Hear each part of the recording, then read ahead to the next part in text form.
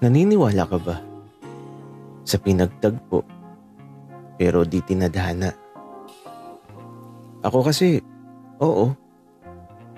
At madalas na ito yung magpaparana sa'yo ng masasayang sandali na mahirap makalimutan. Subalit sa dulo ay tuluyan ng lilisan.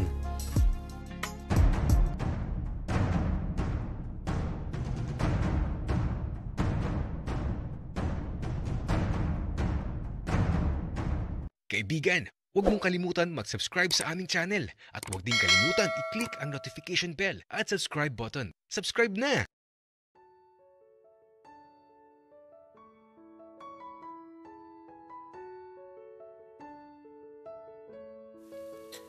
Hindi ko alam kung saan ako sunod na dadalhin ni Eddie.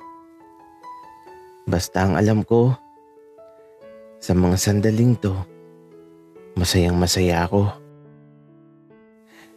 Nakakapit lang akong mabuti kay Eddie. Kasi yung daan, matarik talaga. Parang titi niya. Laging terik.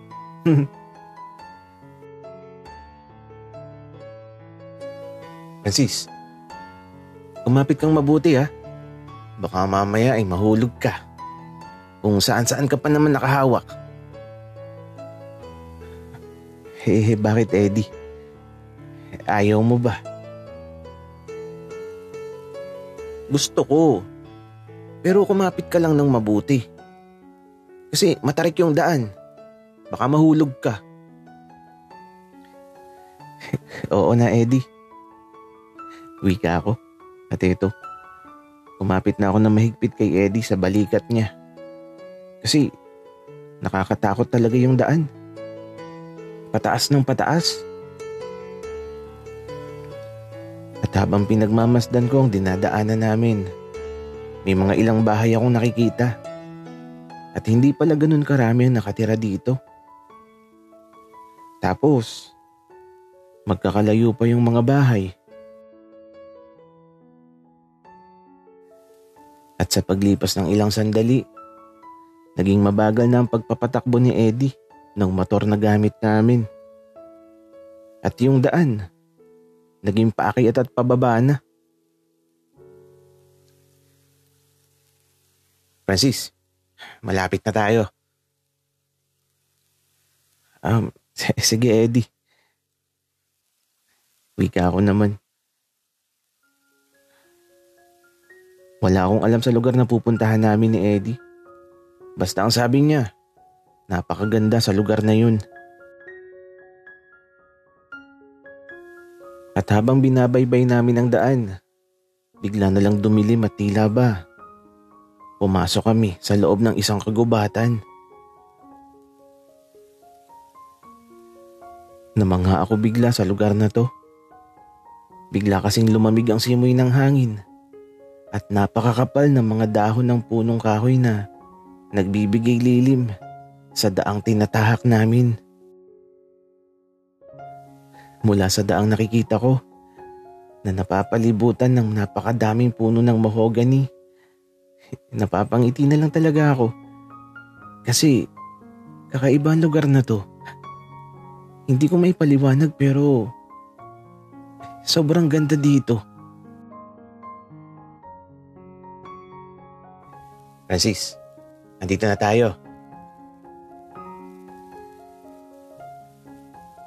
Hindi ako nakasagot kaagad kay Eddie.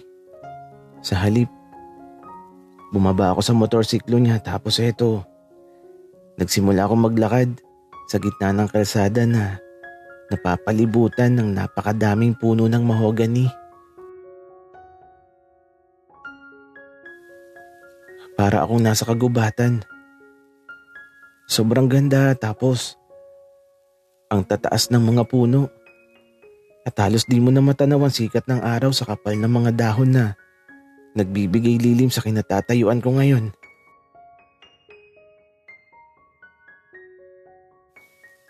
Francis, nagustuhan mo ba dito? Eddie, hindi lang gusto. Kasi alam mo, Para akong nasa ibang mundo. At gustong gusto ko ang lugar na to. Napakapayapa dito, Eddie. Sabi na nga ba't magugustuhan mo dito, Francis? Alam mo ba, hindi mo pa nakikita ang hiwaga ng lugar na to. Maghintay ka lang, Francis, sa pag-ihip ng hangin para malaman mo ang sinasabi ko. Eddie, sigurado ka ba? Hindi pa ito yung nais mong ipakita sa akin? Sobrang ganda na ng nakikita ko ngayon. Francis, hindi pa yan. Maghintay ka lang. Eddie, salamat ha. Kasi pinakita mo sa akin yung mga ganitong lugar na hindi ko pa nakikita sa buong buhay ko. Francis, ang gusto ko, masaya ka lang palagi. At gusto ko na lagi ko lang nakikita yung mga ngiti sa labi mo. Eddie, bakit ako? Francis, anong ibig mong sabihin na bakit ikaw? Eddie, bakit ako yung pinili mo na dalahin dito? Bakit mo ko pinapahalagahan ng ganito? Bakit mo ko minamahal? Ewan ko ba, Francis? Hindi ko din kasi alam eh. Basta ang alam ko, mahalaga ka na sa buhay ko. At ayoko nang mawala ka pa sa tabi ko. At saka, Francis, hindi naman laging may dahilan kung bakit pinipili tayo ng mga taong nasa paligid natin. Kasi kung mahal mo, dapat sundin mo lang yung nilalaman ng puso mo. Kaya nga, Francis, sinunod ko lang yung nilalaman ng puso ko. At yun ay ang piliin ka kahit ano man ang sabihin ng mundo. Basta masaya ako at walang makakapigil sa nararamdaman ko.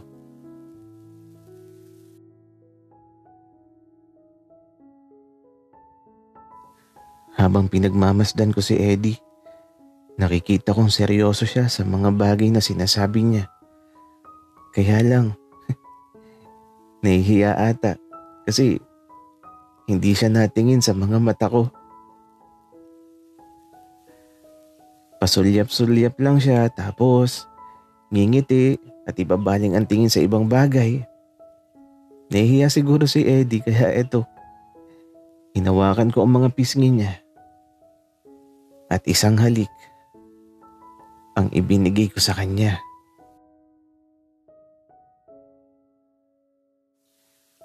Isang halik sa labi, kasabay ng pag-ihip ng malakas na simoy ng hangin. At matapos ang isang halik, mas namangha ako sa lugar na to. Umuulan ng mga tuyong dahon mula sa langit. Grabe! Ang ganda. Sabay-sabay nahuhulog ang mga tuyong dahon. Kasabay ng pag-ihip ng hangin.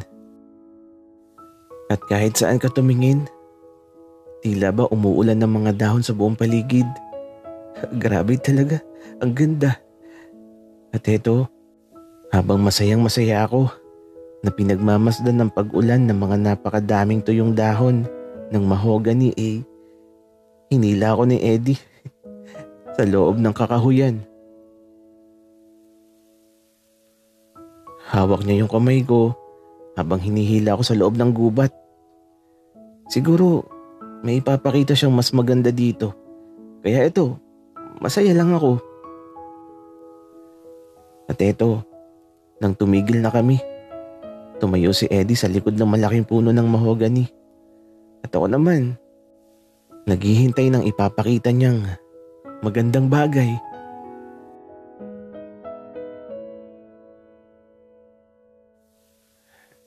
Eddie, ano pang ipapakita mo? Excited na ako.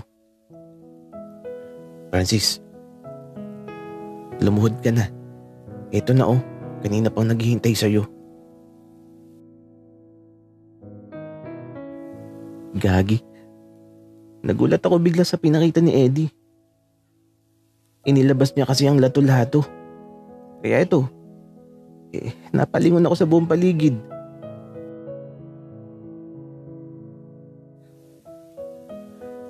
Francis, wala makakakita sa atin dito.